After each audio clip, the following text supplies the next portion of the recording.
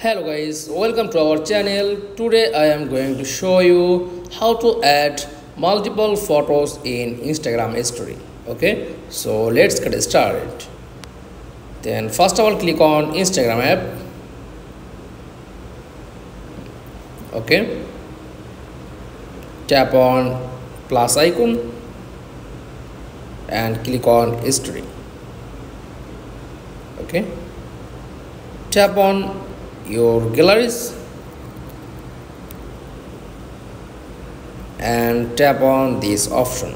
Just click and choose your photos, then add multiple image to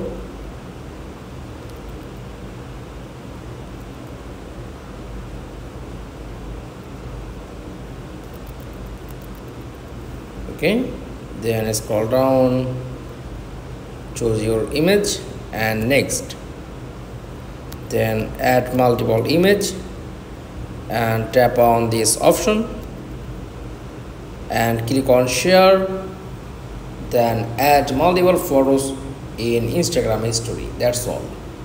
Thanks for watching. Please like, comments and subscribe.